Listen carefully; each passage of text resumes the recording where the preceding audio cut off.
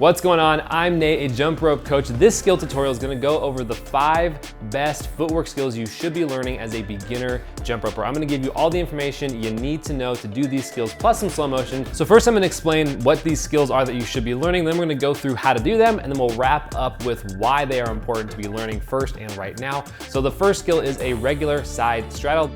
The next is a cross with your feet.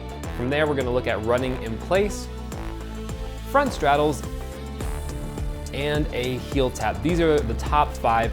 I'll explain why a little bit later, but let's get into a few of the main tips you should be taking into account and the things that you should be focusing on as you're learning these 5 skills. So a side straddle is when both of your feet split away from each other and it creates, a triangle shape or a straddle position with both feet going off to the sides. We really want to focus on waiting for that rope to pass underneath our feet before we move them into this straddle position. That way you have plenty of time to make the transition and it doesn't accidentally catch the rope. With running in place, or speed step as it's also referred to, and we'll talk about that in a few minutes, with running in place, your feet alternate which foot is on the ground every single rotation of the jump. So per one rotation, one foot is on the ground, and when the rope goes around, it will switch. You really want to focus on exactly holding this tempo, so only one foot hits the ground per revolution of the rope, and your feet also go directly up and down. With the foot cross, it's doing exactly what it says. Our feet will be next to each other, and then we will just cross them over one another to make a crossing position. A front straddle is very similar to the side straddle, except for our feet obviously are moving forward and backwards rather than side to side. And when we do this front straddle, our feet split during one jump, and then they come back together during another jump. So it would be jump, split, jump. That is how you do the front straddle. You might also hear this skill be referred to as scissors because it's kind of like taking some scissors and then going out forward and then bringing them back in. The heel tap is exactly what it sounds like. We put most of our weight onto one of our feet that is kind of holding us up, and the other foot just taps our heel on the ground in front of us. So our foot moves forward, away from our midline, goes forward, we tap our heel on the ground, and then we bring it back in. All right, so some things to avoid with these skills. With the side straddle, we really want to avoid moving into the straddle too soon. So if our feet go out really soon, it'll catch the rope and we won't be able to make it around. So again, like we talked about a few seconds ago, we want our feet to wait until the rope has passed underneath and then move into that straddle. It's also important that with this side straddle and with all these other ones, every skill we do, every movement we do should happen within one revolution of the rope. So it would be jump, straddle, jump back into that regular jumping position. Now this can be tricky with the running in place or speed step, as we'll see right now. One of the biggest things you want to avoid with running in place is doing 2 steps per one revolution.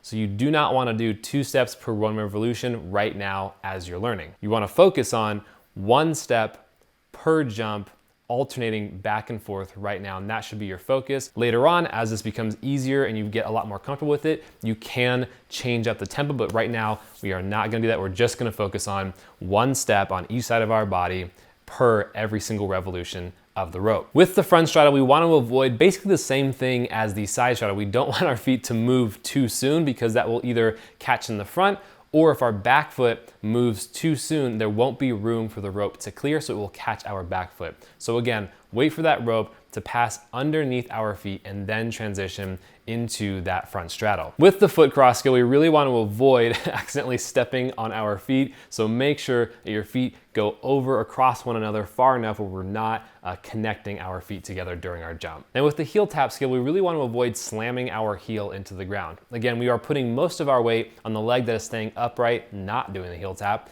and the foot that is going to be tapping simply goes in front of our foot and taps the ground gently and returns back to a neutral position. All right, so let me explain why these are the most important skills to be looking at right now. The side straddle transitions into a side step mechanic later on that can be very useful to spice things up with the way you are doing your freestyle and kind of integrating different types of footwork and movement with the jump rope. Running in place is honestly just really useful for a lot of different things in jump rope, but specifically, it's really good to get faster and faster over time. This is where it transitions from being a running in place to more of what we would refer to as speed step, because the faster you get with this, the faster you can go and use this as one of your main focuses in your workouts to really jump your heart rate up and to test the efficiency of your jumping. So the foot cross is really awesome because when you go into that cross position with your feet, it sets you up very nicely to do some really stylistic movements turning around while we're jumping, which can be really, really awesome to play with later on. The front straddle and heel tap are honestly really useful for a lot of different things, but specifically shuffling. Shuffling is a very common, a very fun thing to do as you are getting into jump rope and just starting out. So knowing how to do the front straddle and the heel tap,